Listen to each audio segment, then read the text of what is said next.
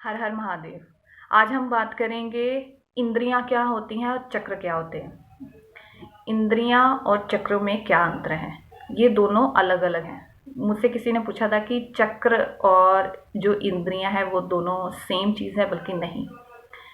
मैं आपको बताती हूँ, जो इंद्रियां हैं वो हमारे शरीर के बाहरी हिस्से जैसे आ जाते हैं, नाक, कान, मुंह, आंखें और त्वचा। ये हमारी इंद्रियां हैं। इसी के द्वारा हम महसूस करते हैं, खाते हैं, पीते हैं, देखते हैं। और इसके अलावा दो इंद्रियां और होती हैं जो हमारे शरीर के अंदर होती हैं, वो भी कहलाई जाती हैं, एक बुद्धि और एक मन।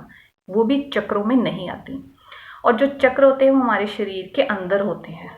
हमारे शरीर के अंदर एक बहुत अच्छी जिंदगी जो परमात्मा ने दी है, हमारे शरीर के अंदर खजाना है, भंडार है, ब्रह्मांड है, जो हम अपने अंदर झांक के नहीं देखते। हमारे शरीर के अंदर 7 चक्र है।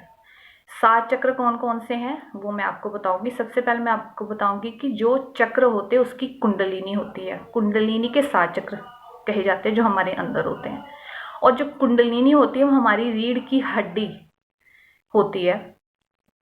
रीढ़ की हड्डी जो सबसे निचले हिस्से से, जहाँ जहाँ पे हमारा प्राइवेट पार्ट होता है, वहां से शुरू होके यहाँ तक जो है वो खत्म होती है।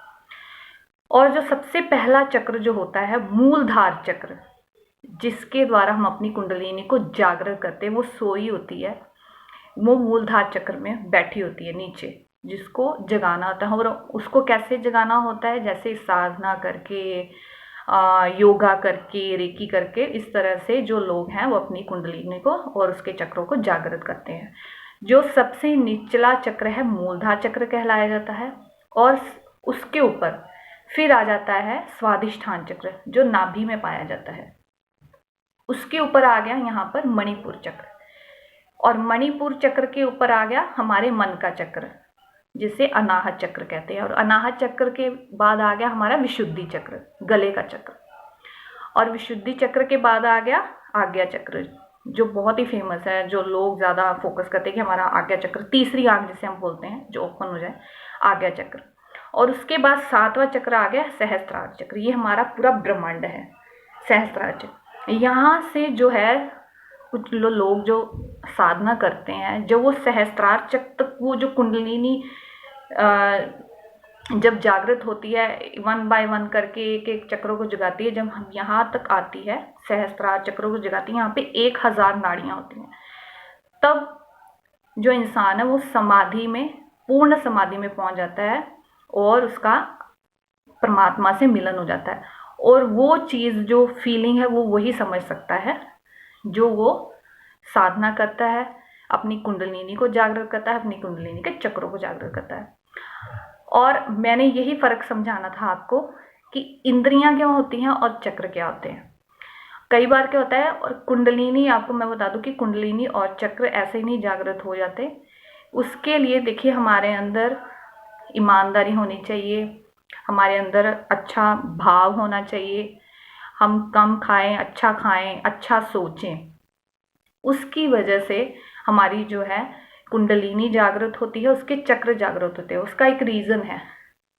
जो मूलाधार चक्र होता है, मेन परमात्मा ने हमें सबसे निचला रूट, वहीं पे ही क्यों जो है कुंडलिनी को जागृत करने के लिए रूट वहीं पे क्यों रखा है? क्योंकि मेन जो है, जो हम इंसान जो है, हम काम, क्रोध, मोह, लोभ, माया, इन चीज़ों में फंस जाते हैं। और ये चीज़ें कहाँ से आती हैं? हमारी इंद्रियों द्वारा। और इंद्रियों द्वारा फिर हमारी बुद्धि जो है वो काम नहीं करती, जो अंदर की इंद्री है। और जो बुद्धि हमारी क्या सोचती है, अगर हम कुछ गलत करते हैं, कुछ गलत देखते हैं, फिर वो बुद्धि जो है सीधा किसको कनेक्ट करती है, कनेक्शन देती है मन को। फिर मन जो है, मन एडिक्शन हो जाता है उस चीज़ के लिए, किसी भी चीज़ के लिए। अगर हम कुछ गलत ज़्यादा खाते हैं, गलत खाते हैं, गलत पीते हैं, गलत सोचते हैं, गलत करते हैं, वो सारा जो है, फिर वो मन जो है एडिक्ट हो जाता है उस चीज़ के लिए। फिर वो जो मन होता है, वो मन बार बार कहता है कि नहीं, मैं उस चीज़ को करूं। इसीलिए कहते हैं कि जो मन है, मन को वश में कैसे किया जाए।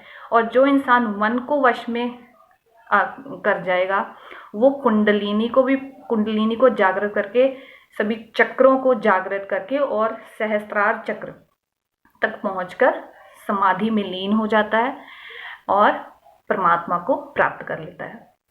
ये फर्क था इंद्रियां और चक्र क्या होते हैं। और आखिर में मैं यही कहूँगी, और ऐसी वीडियोस को पाने के लिए मेरे चैनल को सब्सक्राइब करें, मेरी वीडियोस को लाइक करें। हर हर महादेव।